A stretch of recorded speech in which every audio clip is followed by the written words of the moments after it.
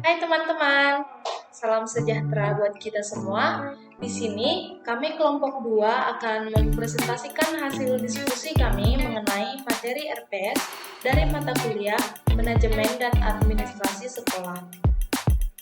Assalamualaikum, perkenalkan nama saya Ayunia Putri dari kelompok 2. Pada kesempatan kali ini, saya akan membahas tentang yang pertama, pengertian RPS, dan yang kedua, apa sih kaitan antara RPS, rencana strategis, dan rencana operasional sekolah. Pembahasan yang pertama, yaitu pengertian RPS. RPS atau Rencana Pengembangan Sekolah adalah suatu proses untuk menentukan tindakan masa depan sekolah yang tepat melalui urutan pilihan dengan memperhitungkan sumber daya yang tersedia.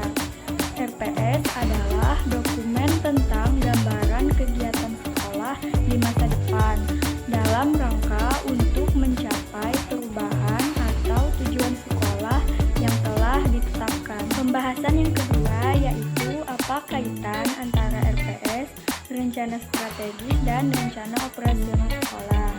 Kaitannya adalah bahwa rencana strategis dan rencana operasional merupakan bagian dari langkah-langkah penyusunan RPS, di mana RPS ini berisi dua rencana pengembangan pendidikan yang ditinjau dari jangka waktunya, yaitu rencana strategi sekolah atau Renstra dalam jangka menengah yaitu 5 tahun dan rencana operasional sekolah atau Renop dalam jangka pendek yaitu 1 tahun. Dalam Renstra maupun Renop semua sumber dana dan alokasi biaya sudah diprediksi sebelumnya.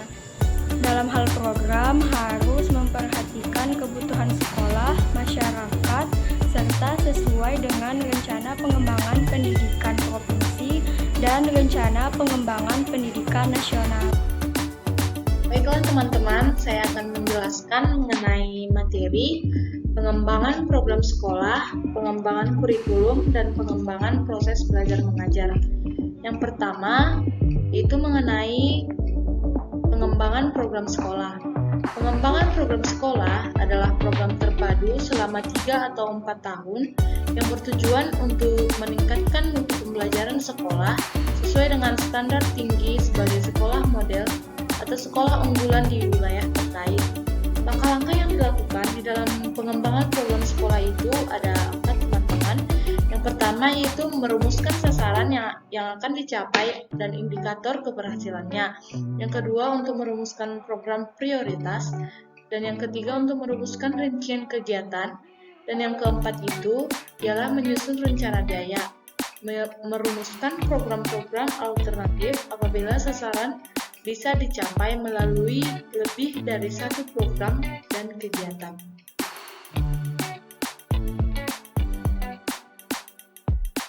Kemudian yang kedua yaitu pengembangan kurikulum.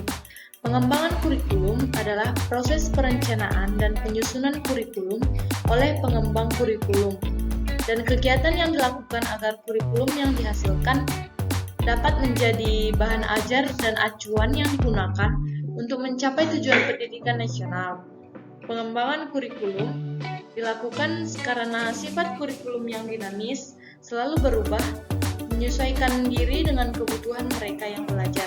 Di samping itu, masyarakat dan mereka yang belajar mengalami perubahan, maka langkah awal dalam perumusan kurikulum ialah penyelidikan mengenai situasi atau situation analysis yang kita hadapi, termasuk situasi lingkungan belajar dalam artian menyeluruh, situasi peserta didik, dan para calon pengajar yang diharapkan yang melaksanakan kegiatan tersebut.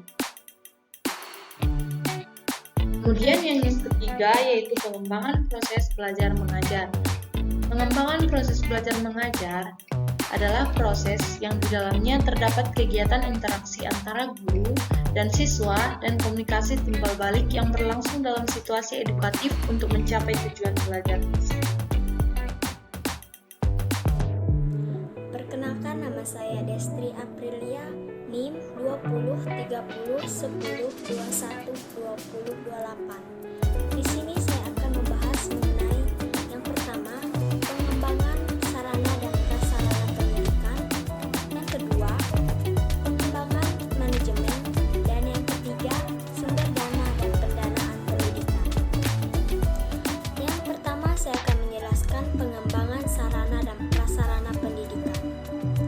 Sebelumnya, teman-teman pasti ada yang bertanya, sarana dan prasarana itu apa sih? Yang pertama, menurut Kamus Besar Bahasa Indonesia atau disingkat KBBI, sarana adalah sesuatu yang dapat dipakai sebagai alat dalam mencapai maksud atau tujuan. Sedangkan prasarana adalah segala sesuatu yang merupakan penunjang utama terselenggaranya suatu proses atau usaha, pembangunan dan proyek.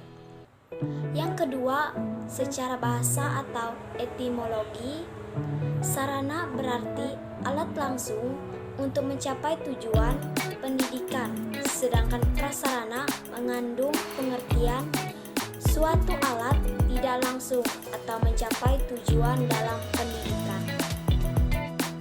Adapun program-program dan kegiatan yang dapat dikembangkan mengenai prasarana dan sarana baik secara kuantitas maupun kualitas, antara lain A. Peningkatan dan pengembangan serta inovasi media pembelajaran untuk semua mata pelajaran. B. Peningkatan dan pengembangan secara inovasi peralatan pembelajaran untuk semua mata pelajaran. C. Pengembangan prasarana, baik itu ruang, laboratorium, dan lain-lain. Pendidikan dan pembelajaran. D. Penciptaan atau pengembangan lingkungan belajar yang kondusif. E. Peningkatan dan pengembangan peralatan laboratorium komputer, IPA, bahasa, laboratorium lainnya. F.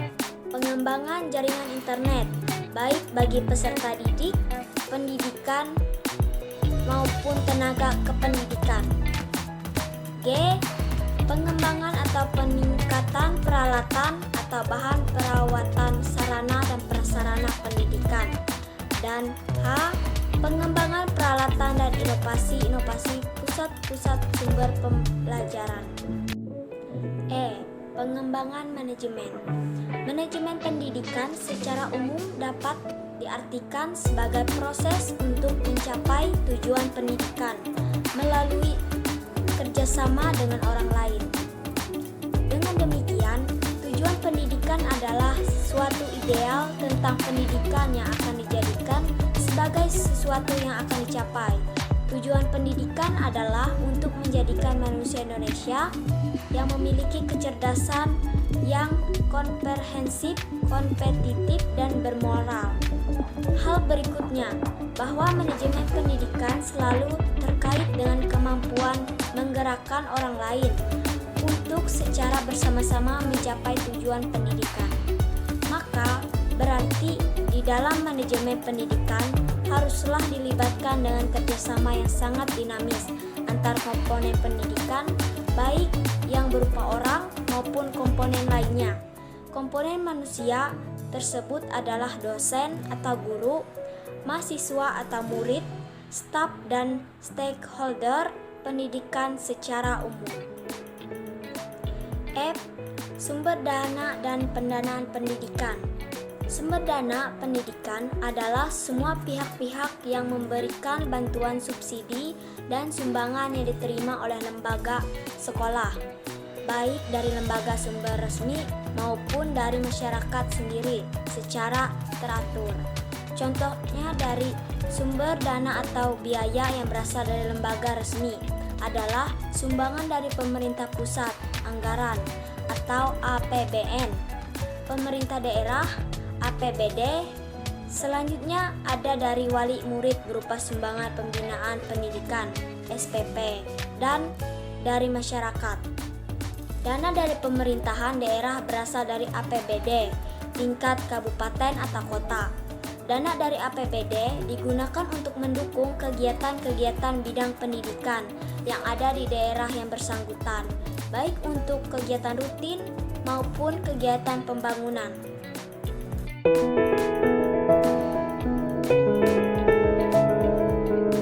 Saya akan melanjutkan penjelasan dari teman saya. Saya akan menjelaskan pengembangan sistem penilaian, pengembangan lingkungan sekolah, dan pengembangan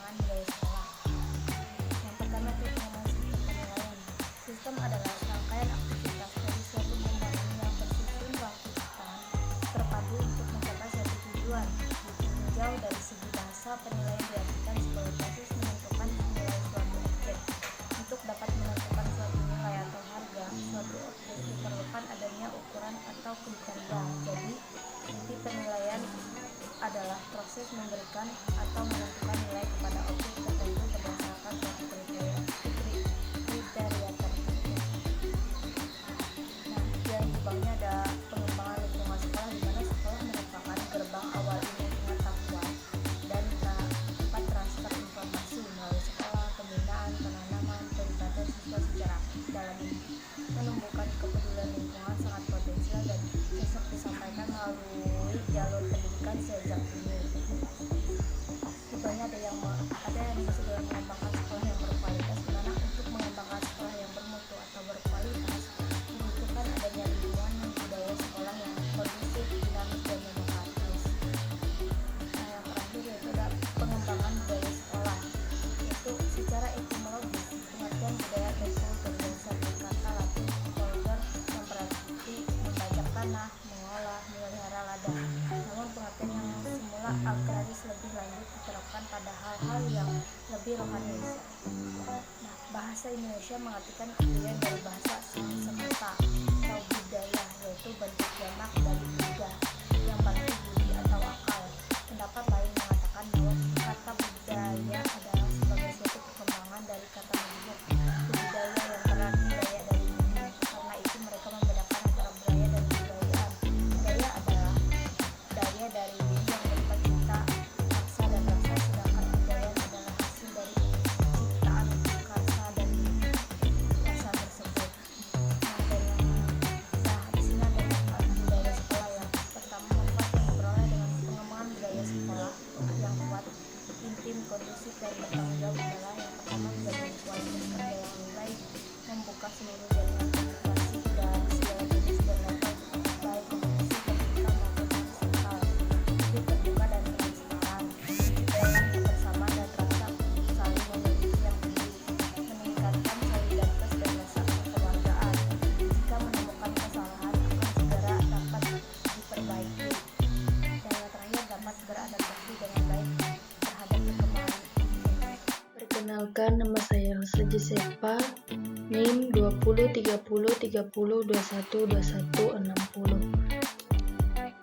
Di sini saya akan menjelaskan tentang pengembangan kegiatan kesiswaan. Dari pengembangan kegiatan kesiswaan adalah terwujudnya berbagai kegiatan kesiswaan dalam berbagai bidang, sehingga program yang dikembangkan meliputi yang pertama, penyualisasian kegiatan kesiswaan, yang kedua, peningkatan perencanaan program kegiatan kesiswaan mulai dari kreativitas, kesenian, keterampilan, lomba karya ilmiah dan penelitian, mengikuti olimpiade berbagai macam mata pelajaran, pencegahan penyalahgunaan narkoba dan pembangunan karakter bangsa. 3. Peningkatan implementasi kegiatan kesiswaan. 4. Peningkatan supervisi, monitoring, dan evaluasi dalam program kegiatan kesiswaan. 5. Peningkatan manajemen program kegiatan kesiswaan dan sebagainya. Strategi yang dapat dilakukan untuk mewujudkan sasaran antara lain melaksanakan pelatihan secara internal di sekolah atau di dalam sekolah, melakukan kerjasama dengan komite sekolah, melakukan kerjasama dengan masyarakat, melakukan kerjasama dengan LPTI, instansi lain yang relevan, dengan usaha industri dan melakukan lomba-lomba dan sebagainya. Hasil yang diharapkan dapat diperoleh dari sasaran tersebut adalah tercapainya sosialisasi kegiatan kesiswaan, tercapainya implementasi kegiatan kesiswaan, dan hasil-hasil atau presentasi akademik dan non-akademik, tercapainya supervisi, monitoring, dan evaluasi dalam kegiatan kesiswaan, tercapainya peningkatan manajemen program kegiatan kesiswaan. Selanjutnya, pengembangan pendidikan teknologi dasar atau PTD. Untuk mengembangkan pengembangan pendidikan program teknologi dasar PTD, yang pertama penyualisasian PTD di sekolah, kedua penyusunan perencanaan program PTD, ketiga pengimplementasi PTD, keempat peningkatan manajemen program PTD dan sebagainya. Strategi yang dapat dilakukan untuk mewujudkan sasaran tersebut adalah melaksanakan pelatihan di dalam sekolah,